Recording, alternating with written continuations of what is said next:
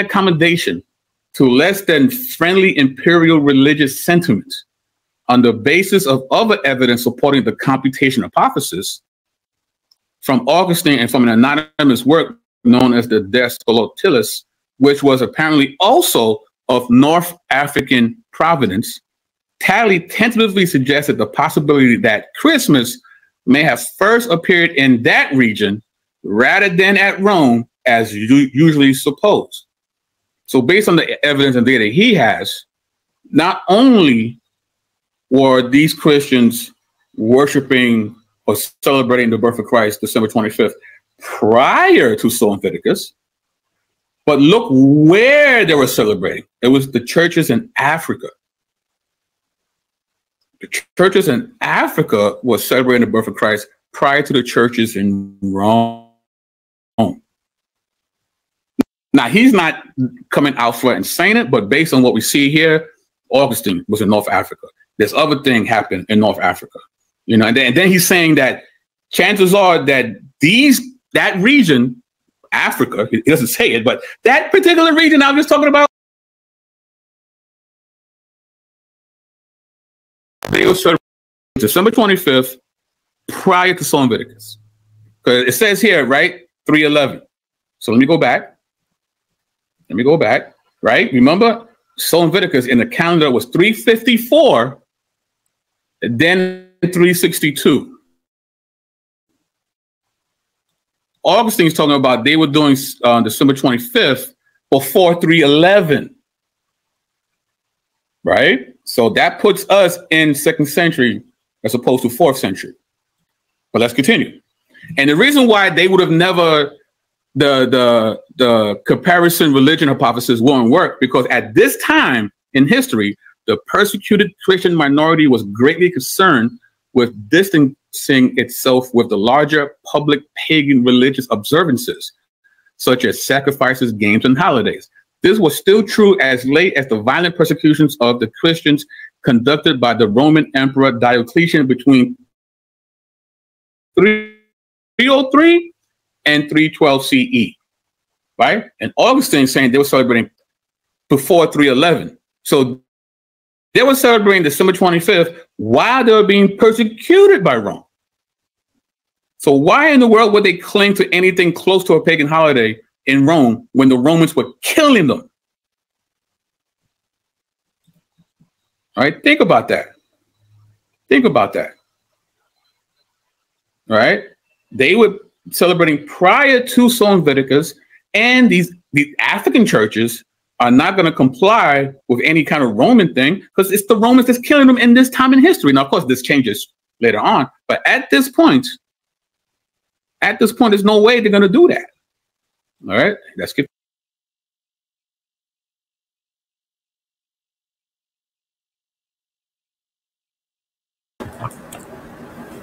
All right. Peace, family. It's Darnell Gabriel from Revolutionary Sword. Peace and blessings from God our Father and the Lord Jesus Christ. All right. I'm back again with a second video. And as you can see, my title is Pagan, is Christmas Pagan? And the answer is yes. And this is part 2.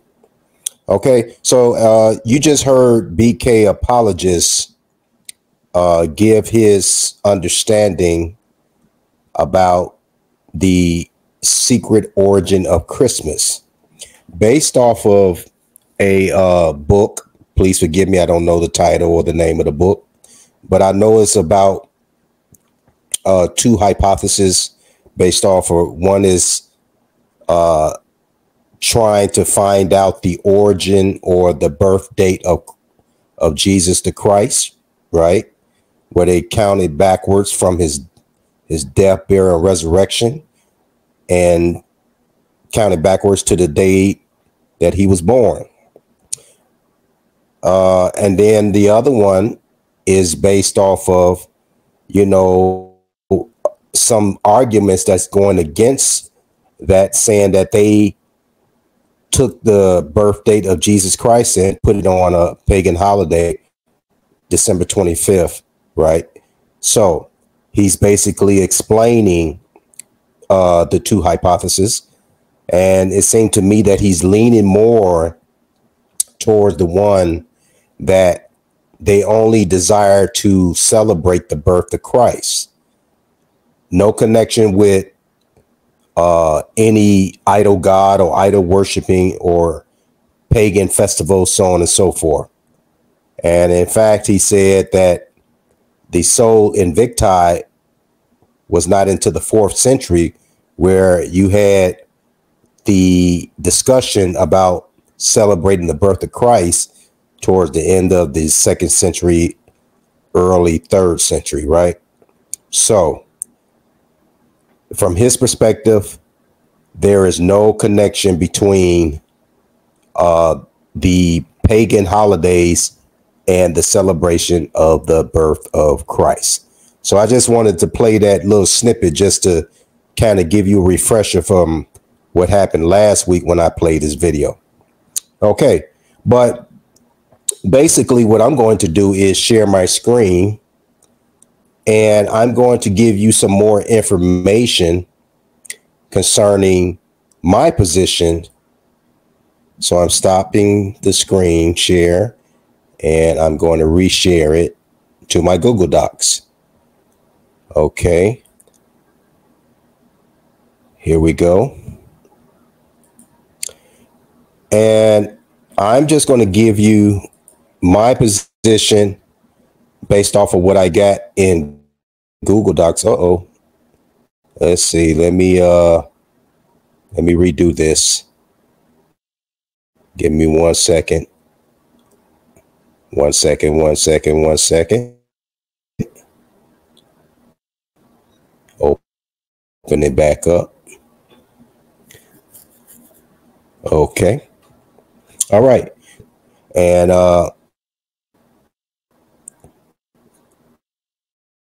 you can see that this is where I started from last week, but I'm not going to talk about that. You can actually go, look at the video from last week. Where I am going to start from is explaining the origin of Christ Mass. That's what I'm going to talk about right now. Okay. And then we're just going to let the encyclopedia and other things that I have on this page to kind of give you an idea why I don't believe that the Christian church was authorized by God to present the celebration of the birth of Christ. Okay. Now, it's just my opinion, but I'm not basing it off of just opinion with no facts, right? Okay, so here we go. Now, of course, as you can see right here in Wikipedia, and we're looking at the etymology of Christmas, right? So let's read. The English word Christmas is shortened form of Christ Mass. As you can see, it's a compound word, Christ Mass. The word is recorded as Christ Masse in 1038 and Christes Masse in 1131. Now, I might not be saying that right because this sound like a pronunciation of Latin, right? But bear with me. And we got Christ or Christus genitive is from the Greek Christos, a translation of the Hebrew word Messiah. You see that? Messiah, meaning anointed. And Messiah is from Latin Massa, the celebration of the Eucharist. So we can see that Christmas is a compound word meaning Christ Mass. Christ Mass. Christ meaning anointed one or anointed. And Mass is basically the celebration of the Eucharist. Now, you might not know what a Eucharist is because you might not be Catholic. Guess what? I'm not Catholic neither. So I had to look it up. So let's look it up. Origin of the Eucharist. Some Christian denominations place the origin of the Eucharist in the Last Supper of Jesus with his disciples, at which he believed to have taken bread and give it to his disciples, telling them to eat of it because it was his body, and to have taken a cup and given it to his disciples, telling them to drink of it because it was the cup of the covenant in his blood. So that is basically the Eucharist. The Eucharist is based off of the body and blood of the Lord Jesus Christ being offered up, right? Offered up for what? Sin. So when you take Christ and combine it with the Eucharist, which is Mass, you get Christ Mass, which is the short form, or the short form of Christ Mass is Christmas. So let me ask you a question. Isn't Christmas supposed to be the celebration of the birth of Christ? That's my question. If Christmas is supposed to be the celebration of the birth of Christ, why are we celebrating the Last Supper that is pointing to the death of Christ? Why? Don't that seem kind of odd? Don't that seem kind of confusing? I mean, maybe somebody can answer that for me. Because in my logical mind, that means Christmas don't have nothing to do with the birth of Christ. It has something to do with the death of Christ. So technically, this could be said or called Christ's death, not Christ's birth. You follow what I'm saying? Okay, so now you know what the etymology of Christmas is. It's a compound word, Christ Mass. Christ meaning anointed, Mass meaning Eucharist. Okay, now let's continue. I'm in the newadvent.org, and this is the Catholic Encyclopedia. Now, understand that the Catholics have a lot of history pertaining to those historical accounts that dated all the way back to Jesus' time. So if you can't believe what they're documenting in their own encyclopedia, I don't know what to tell you. You might not agree with Wikipedia, but I don't see why you would disagree with the Catholic Church. But watch this. Christmas. The word for Christmas in late Old English is Christe Messe, the Mass of Christ. Just like what it said in Wikipedia. First found in 1038. Or let's see if they got the same date. Oh, there you go. 1038. Sound like Wikipedia is on point. Let's continue. So now we're going to look at what the Catholic Church is saying about early celebrations of Christmas. Because remember, he's referencing the early church having discussions in North Africa concerning the birth of Christ. Okay? Around the end of the 2nd century, the beginning of the 3rd century. Way before Soli Victi became a dominant celebration in the Roman Empire. Christmas was not among the earliest festival of the church. Uh-oh. Should we read that again? This is the Catholic Encyclopedia. Christmas was not among the earliest festival of the early church. Okay.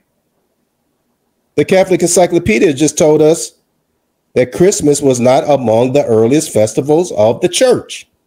Matter of fact, it goes on to say Irenaeus and Tertullian omit it from their list of feasts. Why would they do something like that? Orion, glancing perhaps at the discreditable imperial natalii, maybe you should go look that up, that in the scriptures, sinners alone, not saints, celebrate their birthday. Did you hear that? Sinners alone, not saints, celebrate their birthday. Can still be ridiculed the birthday of the gods. Uh-oh. Uh-oh. Somebody need to call the police because somebody is lying. Either the Catholic Encyclopedia is lying or BK apologist and what he's referencing is not the complete truth, which is a lie. Okay? So, according to the newadvent.org, Catholic Encyclopedia, Christmas is not a part of the earliest festivals of the church. Matter of fact, Irenaeus and Tertullian omitted from their list of feasts, right? Orion, perhaps the discreditable imperial natalii, look that up. In the scriptures, sinners alone, not saints, celebrate their birthday. And it's pointing to birthday of the gods. Okay, let's continue. So I'm trying to give you enough information and sources to help you to understand my position and why I don't agree with BK apologists or anybody else that's trying to persuade or give a strong argument that it's okay to celebrate Christmas based off of the early church fathers pushing that agenda. Let's look at another source from Josephus. In the book of Josephus, why didn't Jews and Christians, notice that, why didn't Jews and Christians celebrate birthdays in antiquity?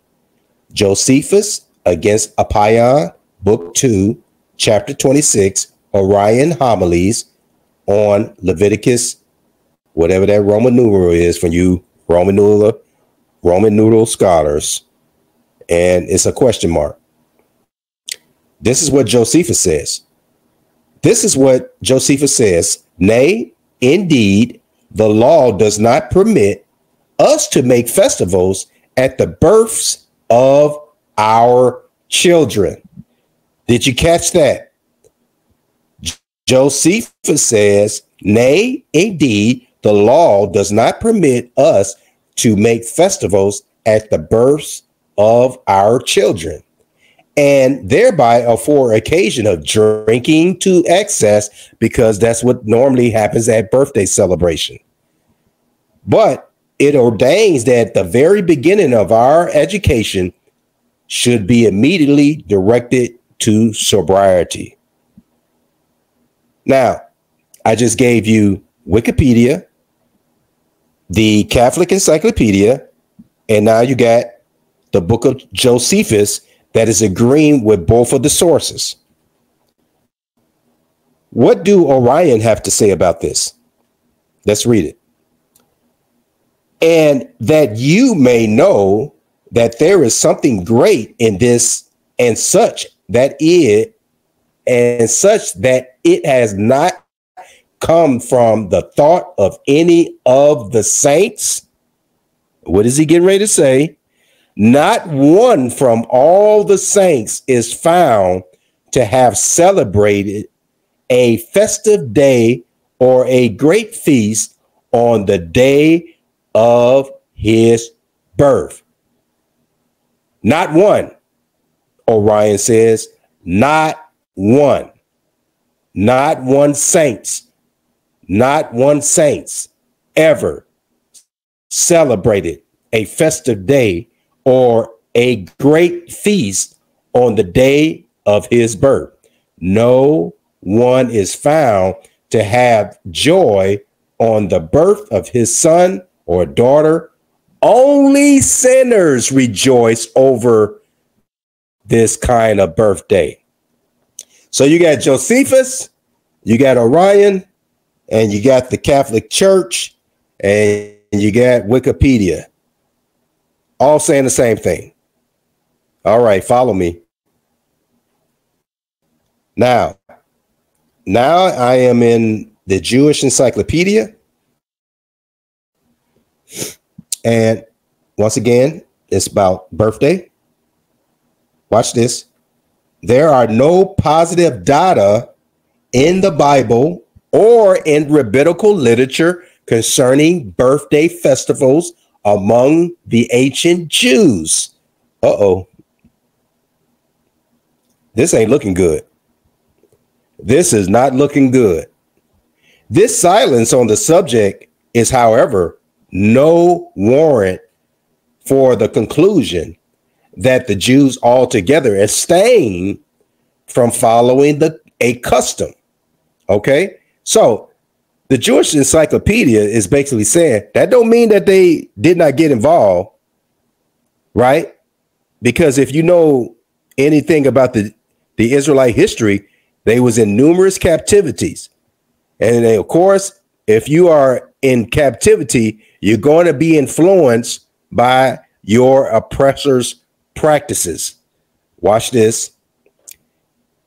Customs which was general among Egyptians, Genesis chapter 40, verse 20, Persian, Herodotus, page 133, Syrians, and Greeks. I don't think I need to repeat that, but I think I will. Egyptians, Persians, Syrians, and Greeks. And all these cultures, Israel was in captivity to. No wonder some of them might have got involved. But basically, in the Bible, there is no positive data or even in rabbinical literature concerning birthday festivals among ancient Jews. Period. All right, let me move on. Now you might say, what are you doing here at this site? This don't seem like no credible site. Even if it wasn't a credible site, I just gave you enough sources to help you to understand why the Bible does not authorize anybody to celebrate the birthdays of the saints, because the saints never celebrated their birthdays, nor Jesus the Christ. But anyway, I was snooping around and I ran across this site called wannabes.com. The history of the birthday party. Kids' birthday parties, because parents get a kick out of giving their children birthday parties. The history of the birthday party, watch this, going a little bit further down. The ancient Egyptians didn't celebrate the birthdays of regular people. Well, why are parents giving their children birthday parties? Because, you know, birthday and birthday celebrations come from way back in ancient Egypt. according to wannabes.com. So the ancient Egyptians never celebrated regular people's birthday. They celebrated the birthday of the birth of their gods. That is the origin of birthday celebration, which happened 1 year after the god was said to have been born. That's what it is, according to wannabes.com. Now, you might disagree with this because you don't think this is credible, but I'm going to bring up some more information. Don't worry about it. So, wannabes.com says your birthdays and your birthday celebrations come from ancient Egyptian, and they never celebrated regular people's birthdays. The celebration is only pointed towards the birth of their gods. The birth of their gods. All right. Now, this is academia education, and it's talking about birthdays as modern rites of temporality. It's about time, birthdays, and modern rites of temporality by, I believe this is Hiski Shoham, Bar Lan University faculty member. Ascent of the birthday. Let's read. Anthropologically, the birthday is the custom of commemorating one's day of birth, viva the social reckoning of time. Some ancient cultures celebrated birthdays using the solar lunar year. Examples include the ancient Egyptians,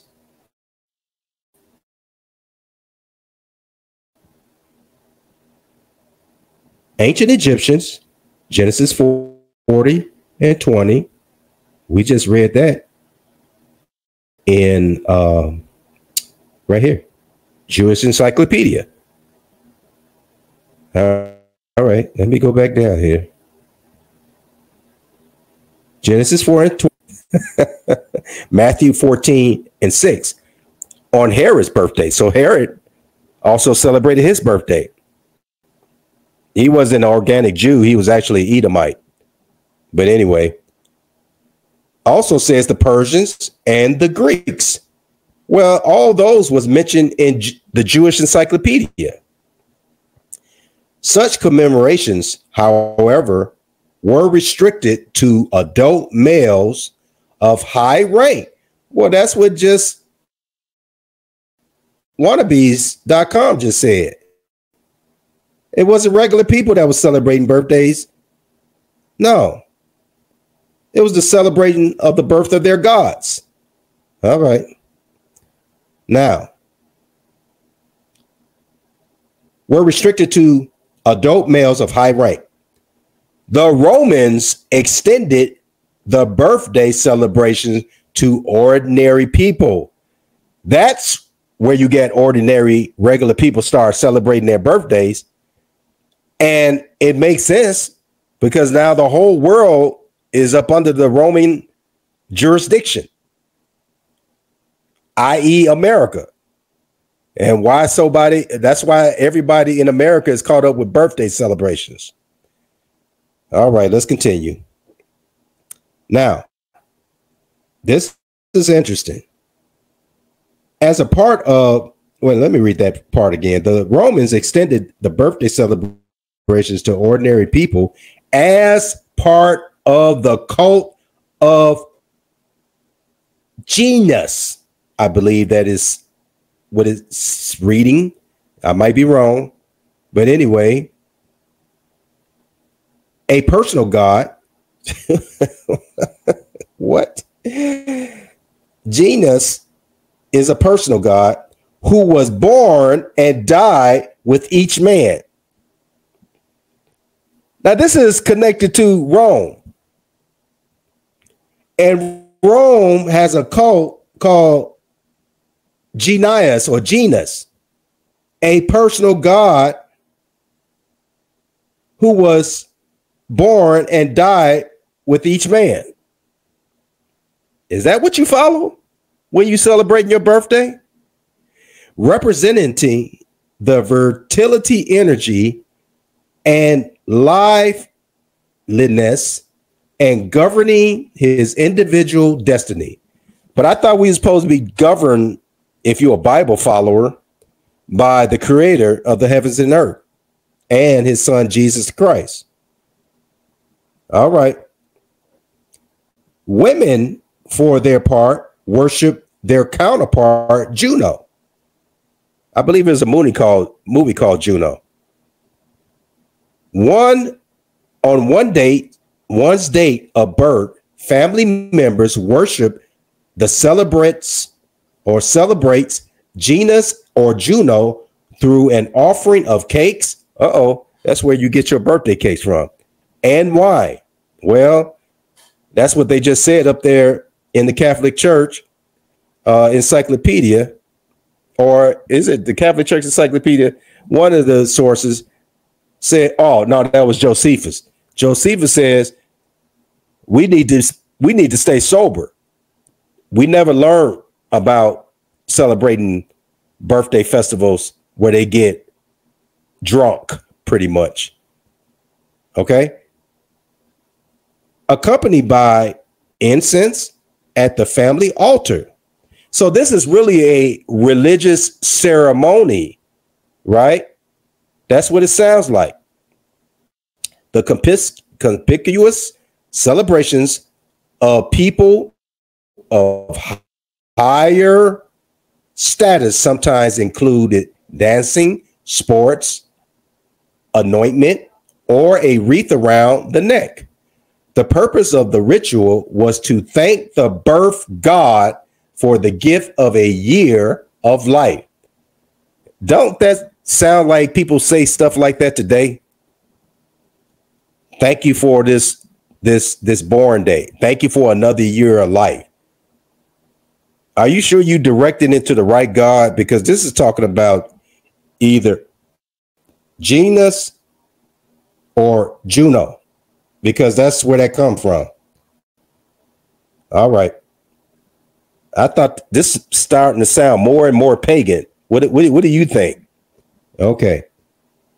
Now, it goes on to say, because the deity controlled the celebrant's good fortune in life, the latter traditionally made a wish, which people do when they blow out candles, as a part of the ceremony.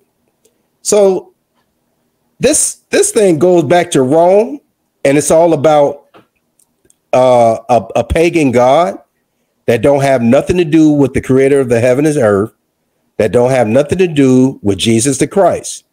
But this is what they are attaching the birthday celebration concerning the birth of Christ.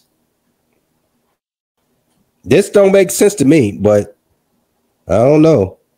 In Catholicism, personal dates of births were remembered, if at all, by their proximity to a saint's feast day. The birthday came to associate it with self-worship,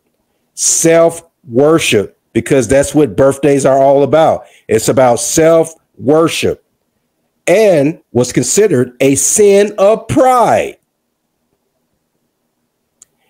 All right. You got to let that sink in.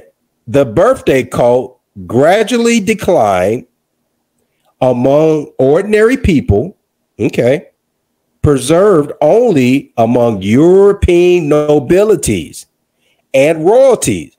Sound like they're going back to the early practices of Egyptian dignities. But wait a minute, let's continue. It was occasionally celebrated by few able to keep record of birth dates. Okay. And even then by high rank individuals. But the observance of Christ's birthday as well as name days kept the idea of the birthday alive in Christian Europe. Once again, this has something to do with European Christianity, which came from Rome. Rome is the one that initiated regular folks to be able to celebrate their birthdays.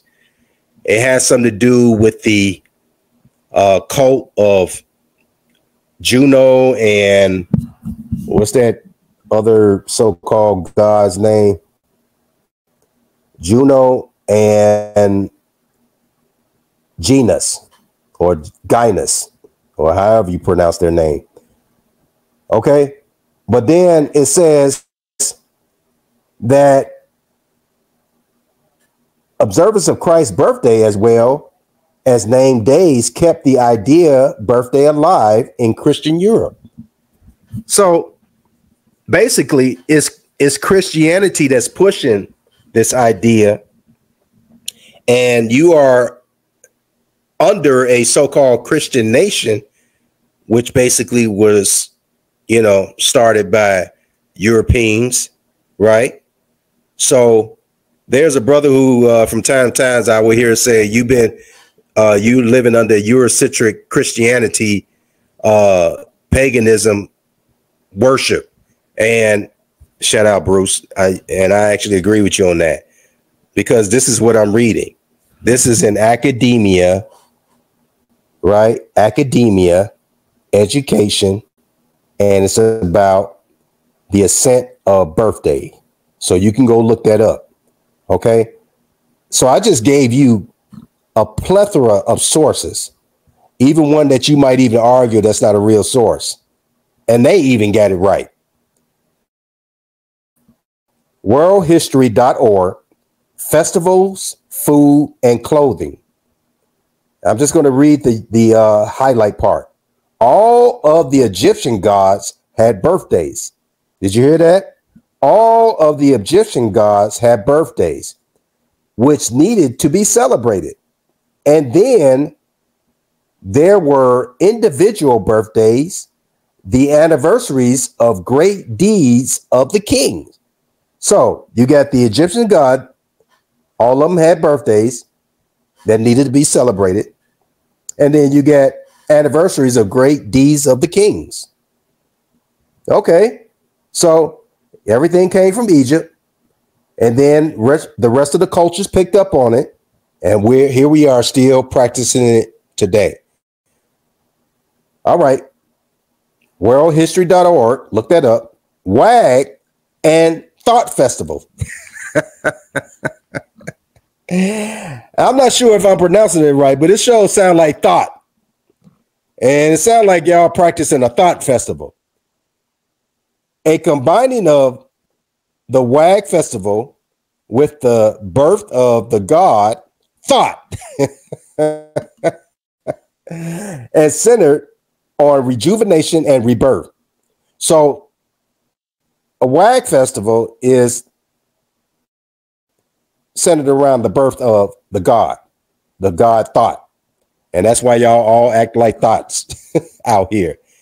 Well, not all of y'all, some of y'all, because some of y'all do try to live Christian moral living.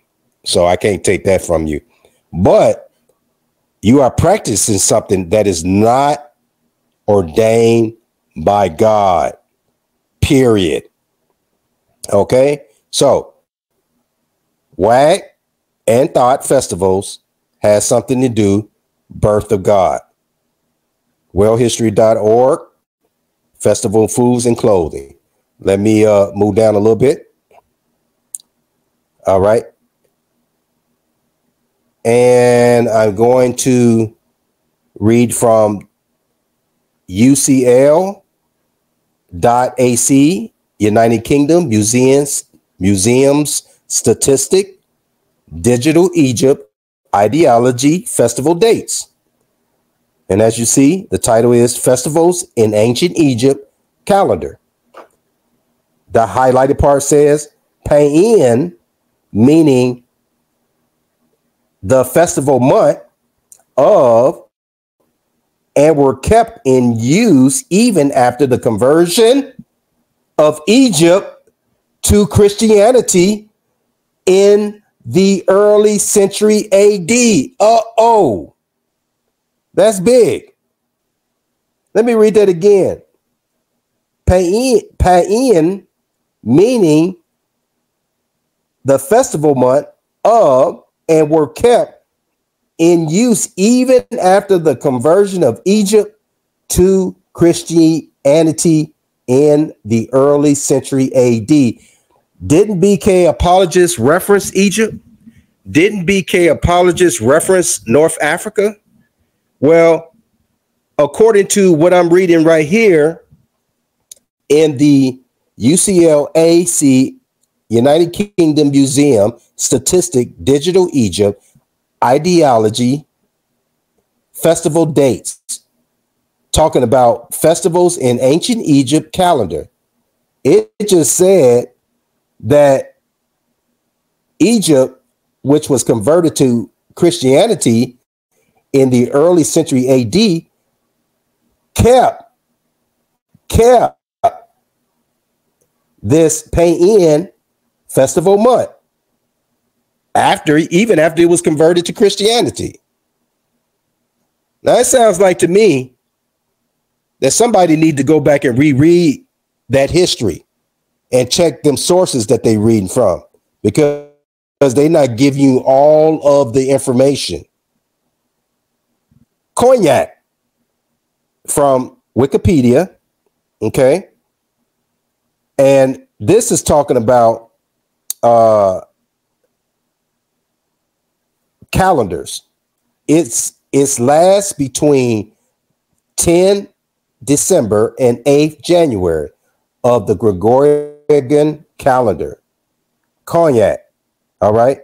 It has something to do with Coptic. Okay. Or between 11 December and 9th January of the Gregorian calendar in Coptic calendar years immediately following the Coptic calendar leap year, which occurs every 4 years. Now, let me move back a little further. We're going to talk about the name Cognac. Not sure if I'm pronouncing it right, so please forgive me. The name of the month, Cognac, comes from ancient Egyptian phrase K-R-K, soul upon soul, a name of a sacred ancient Egyptian Apis bull. Uh-oh. Didn't the Israelites attach Yod-Hey, Vav-Hey's name to an Apis bull and say, this be the gods that brought you up out of Egypt? And God slew 3,000 of the children of Israel that day after Moses came out the mountain? Yes, he did. All right, let's continue. Coptic tradition.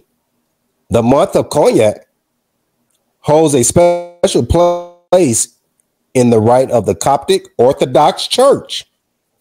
That's Christianity now. That's Christianity.